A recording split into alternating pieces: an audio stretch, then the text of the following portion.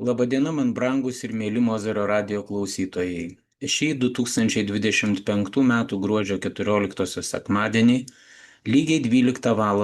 Jūsų namuose svečiuojasi 93 Mozerio radijo laida, kurią sekmadienio vidurdienį skiriame tam, kas mūsų šildo, ką išgirdę susimastome apie tai, kas iš tiesų mes esame, prisimename tai, kas mums teikia gerą emociją, dėl ko mes šypsomės, juokiamės ar nubraukiame skruostų riedančią gerumo ašarą. Šis sekmadienis yra trečiasis šio advento sekmadienis, kartu tai advento laikotarpio pusiaukelė. Jis žymi, kad susikaupimo ir atgailos laikotarpis jau pradės eiti į pabaigą, skelbdamas apie viltį. Lotyniškai trečiasis advento sekmadienis vadinamas gaudete ir jis ragina džiaugtis. Ta proga lyrinis nukrypimas, tačiau manau, kad į temą. Trečiojo advento sekmadienio lotyniškas pavadinimas gaudete man priminė studijų laikus. Kodėl? Dabar surizikuosiu apsikvailinti, bet jeigu taip lemta, tegul taip ir bus. Gaudeamus igitur, juvenes dum sumus, Gaudeamus igitur, juvenes dum sumus, post iucundam juventutem, post molestam senectutem, nos habebit humus. Nos habebit humus. Gal ir jūs prisiminėte? Taip, tai ištrauka iš studentų himnų laikomos giesmės Gaudeamus igitur.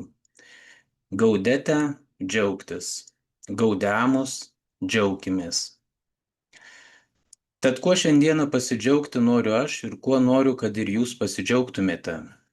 Dažnai girdžiu mane supančių žmonės sakant, kadagi pagaliau baigsis ta beprotybė, neteisybė, kiek galima kentėti, kiek ilgai dar nebaudžiami jie iš mūsų tyčiosis, kodėl nevykdomas teisingumas, kadagi pagaliau ir mes laimėsime, nes jau pavargom nuolat pralaimėti.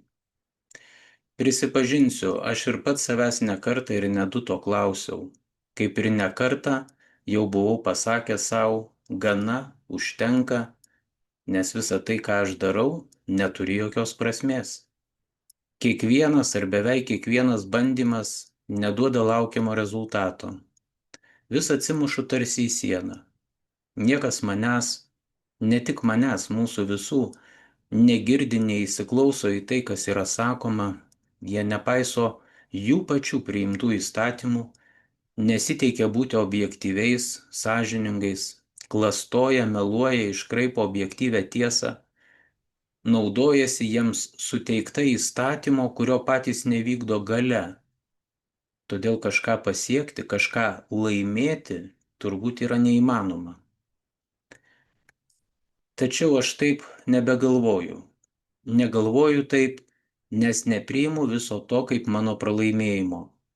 Yra kaip tik priešingai. Laikau save laimėtoju, džiaugiuosi dėl to, kad esu laimėtojas. Ir šiandieną, šį trečiąjį advento sekmadienį, raginu ir jūs, kviečiu jūs džiaugtis tuo, kad ir jūs, mano mėly radijo klausytojai, esate laimėtojais. Bet prieš pasakydamas jums svarbiausią šios dienos žinią, kurią noriu jums perduoti, visų pirma priminsiu, kaip svarbu, manau, gyvenime yra suprasti, kad mus į priekį veda ar turi vesti ne tikėjimas kažkuo, o žinojimas. Jau esu anksčiau jums sakęs, tačiau dera pakartoti. Tikėjimas reiškia abejonę, nes tikėjimas kyla iš abejonės. Tuo tarpu, kai aš kažką žinau, aš nesakau, kad aš tuo tikiu. Todėl ir savo gyvenimą stengiuosi matyti, stengiuosi pajausti ir stengiuosi mylėti daugiau per žinojimą, o ne per tikėjimą kažkuo. Pavyzdžiui, juk mes nesakome, aš tikiu, kad mano fizinis kūnas yra mirtingas. Mes sakome, aš žinau, kad mano fizinis kūnas yra mirtingas. Mes taip pat juk nesakome, aš tikiu, kad šiandien yra sekmadienis. Kodėl nesakome? Todėl, kad neabejojame tuo, kad šiandien yra sekmadienis. Bet kodėl mes sakome, aš tikiu, kad Dievas yra? Todėl, kad mes jo nematėme? Ar todėl, kad mes abejojame tuo, kad jis yra? Juk jei tuo neabejotume, mes sakytume, aš žinau, kad Dievas yra. Aš tuo neabejoju, todėl aš ir sakau, aš žinau, kad Dievas yra. Žinau ne todėl, kad mačiau jį, bet todėl, kad jaučiau jį tada, kai jis man ištiesė pagalbos ranką ir ištraukė iš tamsos, į kurią buvau pakliuvęs. Jaučiu jį ir dabar, kai kalbuosiu su jumis. Ir šis žinojimas yra visų kitų mano žinojimų pagrindas. Todėl šiandieną aš džiaugiuosi, kad esu laimėtojas. Kodėl aš žinau, kad esu laimėtojas ir kodėl tuo džiaugiuosi? Todėl, kad aš žinau, netikiu, o žinau, kad gėris visada nugali blogį. Aš žinau, kad daryti gerą ir elgtis teisingai, kaip liepia žmogaus sąžinė, yra bet kokiu atveju prasminga. Aš taip pat žinau, kad tas, kuris turi vidinės jėgos ir drąsos pasakyti savo ir kitiems, aš nesu ir jau niekada nebūsiu vergu, kurį Dievas sutvėrė tarnauti šėtonui, visada bus priekyje to, kuris elgsis priešingai. Net jei tame popieriuje formaliai tai atrodys ir kitaip. Aš žinau, kad yra ir visada bus žmonių, kurie gėrį pastebi ir tai vertina.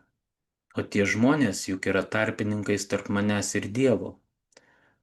Galų gale, aš netikiu, o žinau, kad elgdamasis taip, kaip man liepia elgtis mano sąžinė, aš jaučiuosi gerai ir esu savimi labai patenkintas. Ir tada, kai mes visą tai žinome, ar nekvaila yra vadinti save pralaimėtoju? Todėl šiandieną, šį trečiąjį Advento sekmadienį, dar kartą raginu, kviečiu jūs, mėlyjeji, džiaugtis tuo, kad ir jūs esate laimėtojais. Ačiū tiems, kurie klausėsi, dėkoju tiems, kurie mane išgirdo, sudiev, mėlyjeji, ramybės ir džiaugsmo linkiu jums ir jūsų namams.